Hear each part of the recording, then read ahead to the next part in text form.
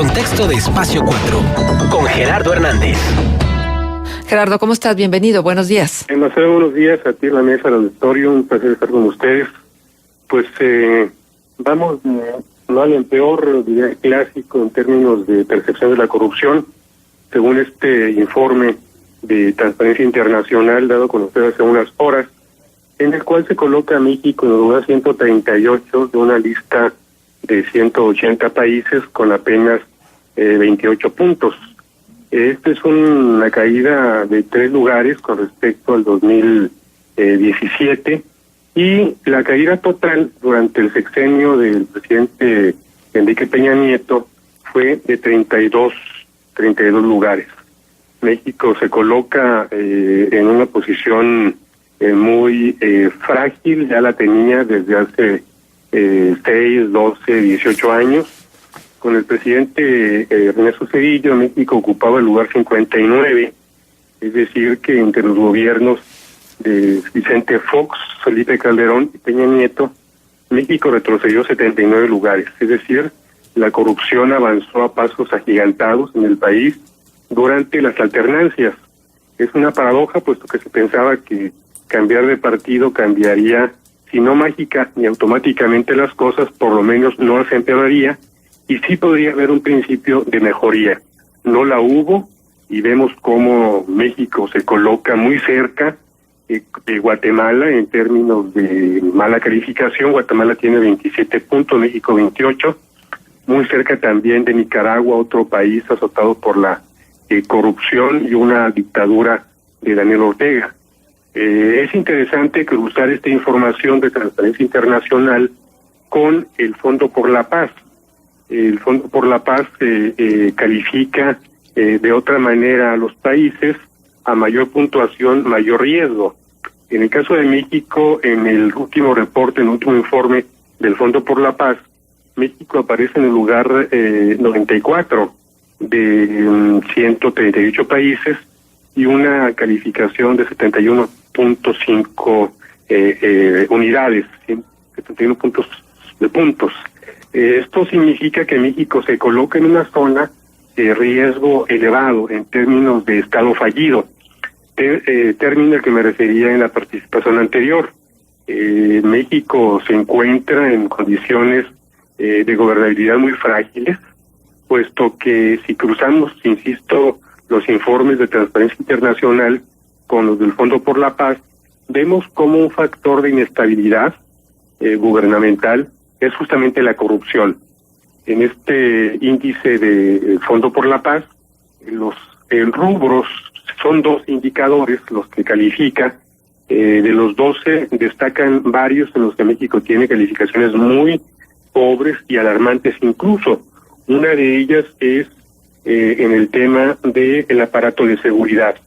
La calificación es de 8.5 para México, e insisto, a mayor calificación, mayor riesgo. Y es una escala del 1 al 10. O sea que México está en este capítulo del aparato de seguridad pública, casi en el tope, en el máximo puntuaje de calificación y en alto riesgo de estados frágiles, de estados fallidos. Otro indicador en el que México tiene una puntuación elevada es en el de Estado de Derecho, y vemos cómo efectivamente nuestro país se encuentra en una gran crisis de falta de aplicación de la ley. La falta de castigo reproduce el delito, y esto lo vimos durante el gobierno del presidente Enrique Peña Nieto, y lo seguimos viendo ahora en el gobierno del presidente López Obrador. López Obrador se escandalizó virtualmente, literalmente se escandalizó el día 1 de diciembre cuando tomó posesión, y dice que México pues había caído dramáticamente en los índices de Transparencia Internacional. Se comprometió, como lo hizo durante 18 años, desde que era jefe de gobierno de la Ciudad de México, y después 3 veces candidato presidencial, a combatir este flagelo.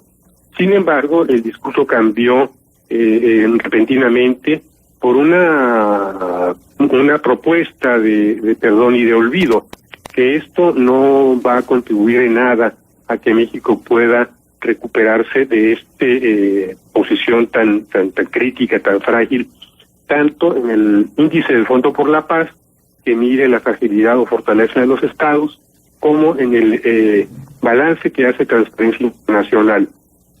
No basta con que haya un presidente que sea honesto, que sea honrado, como lo puede ser López Obrador. No se le ha descubierto en tantos años de política ningún escándalo de corrupción sin embargo el país se encuentra, insisto, hundido en este pantano de ilegalidad, de falta de Estado de Derecho, de inseguridad pública creciente.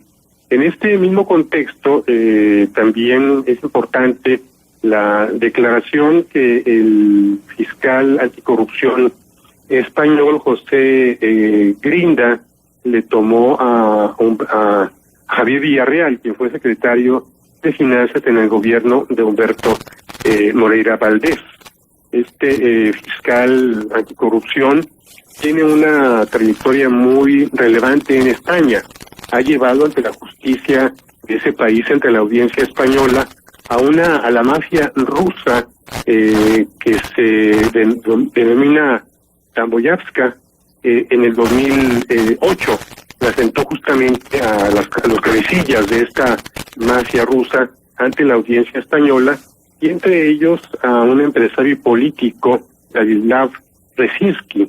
Este fiscal fue el que, insisto, entrevistó a Javier Villarreal en Estados Unidos, y otro juez, otro fiscal anticorrupción que también participó en esta declaración, esta toma de declaración de Javier Villarreal, fue Juan José Rosa.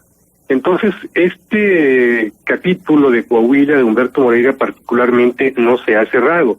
Si en México hay la intención presidencial de perdonar a quienes han saqueado las arcas estatales o nacionales, España ha reabierto esta investigación contra Humberto Moreira, que podría eventualmente provocar la extradición a España. Ante estos fiscales, Grinda y Juan José Rosa, declaró Villarreal que Humberto Moreira desvió 130 millones de euros, aproximadamente 3,000 millones de pesos. Pudo haber sido más el desvío de recursos, pero esta sola investigación, insisto, les da a los fiscales anticorrupción de España elementos nuevos para continuar, reabrir la investigación, ya con el consentimiento, con la aprobación de Santiago Pedraz. De manera que en este contexto del informe de Transparencia Internacional, en este informe previo del Fondo por la Paz, reaparece el nombre de Humberto Moreira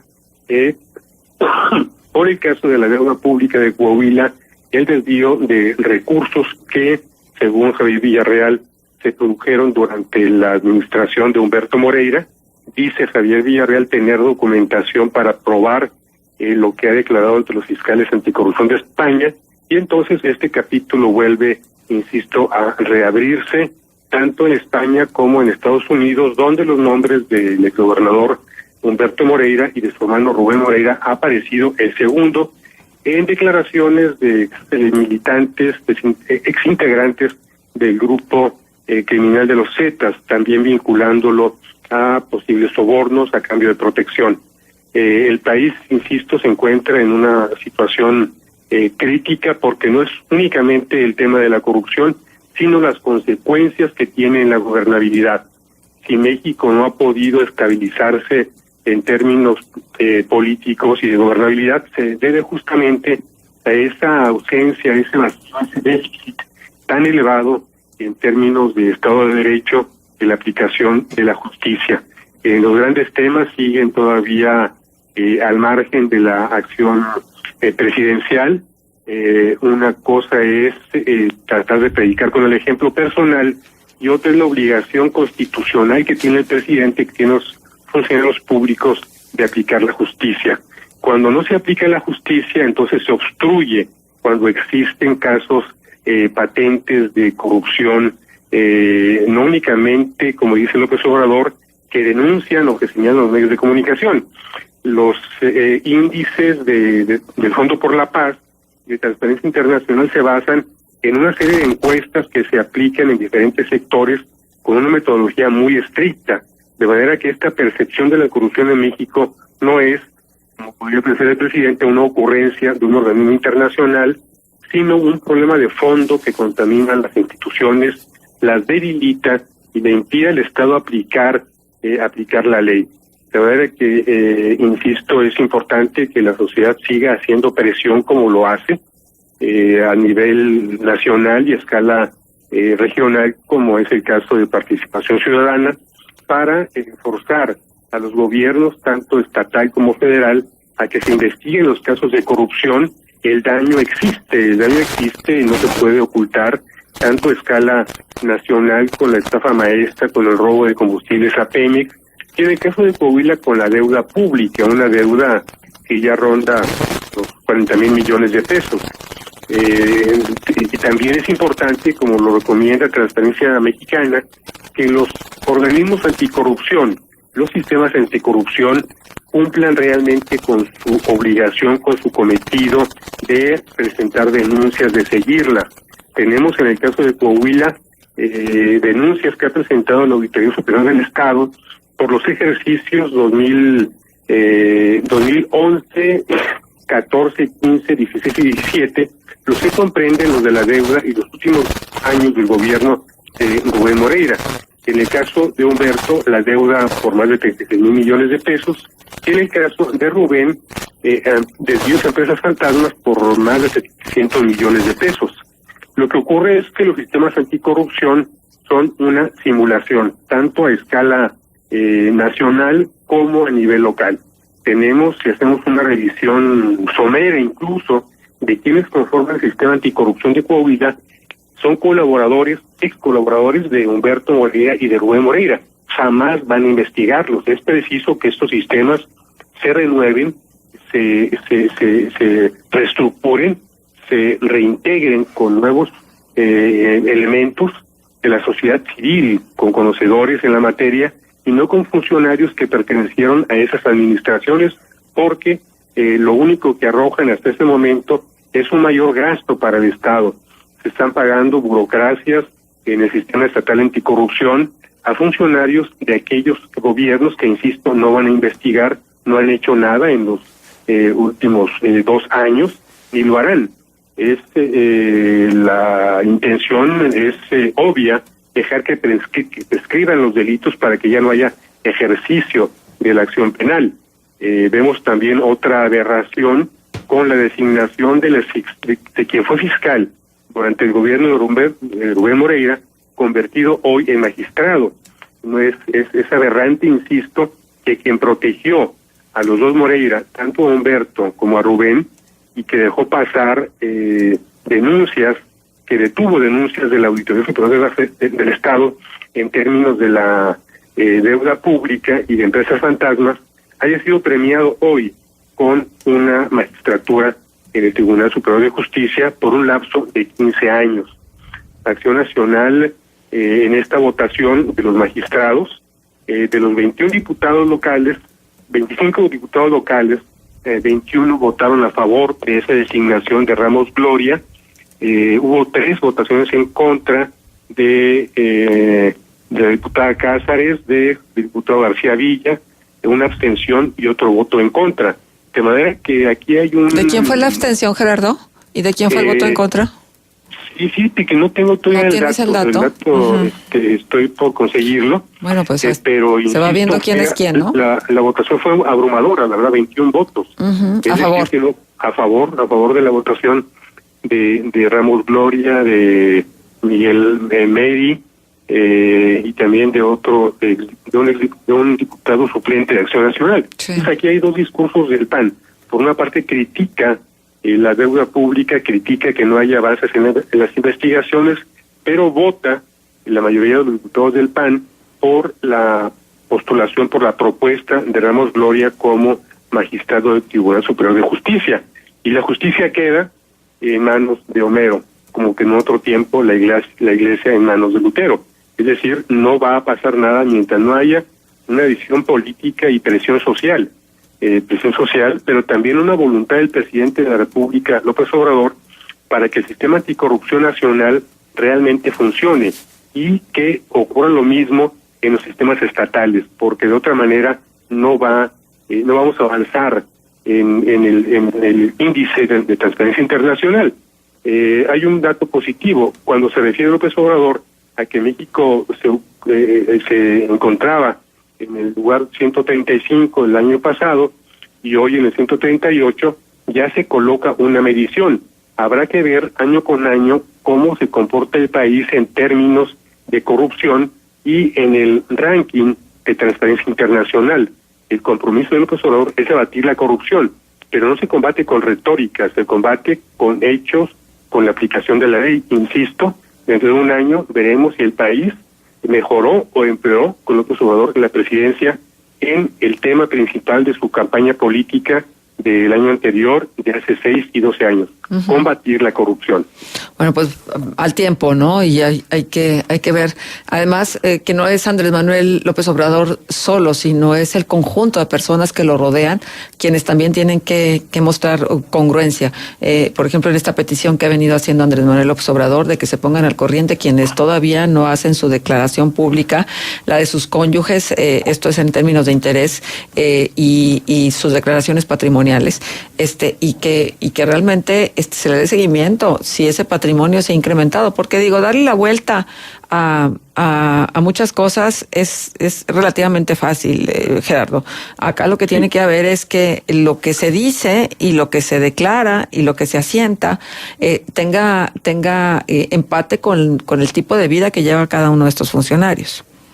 Sí, efectivamente. Ahora lo de la presentación patrimonial es importante, hacerlas públicas también, darle seguimiento igualmente relevante.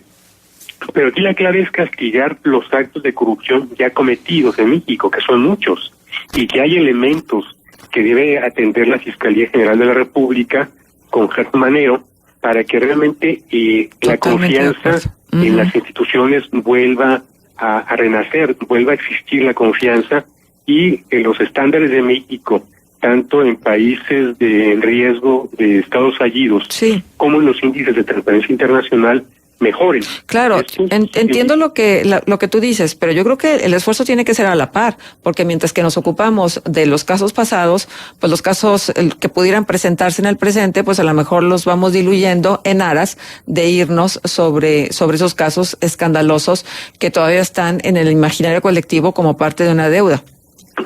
Sí, efectivamente, tiene que ser una acción integral, ¿verdad? No aislar el tema en asuntos como la presentación de las declaraciones patrimoniales. Lo que sí es que debe ponerse un coto a esta expansión de la mancha de la corrupción que lo ha contaminado todo. Y en este caso sí la voluntad del presidente de la República no basta.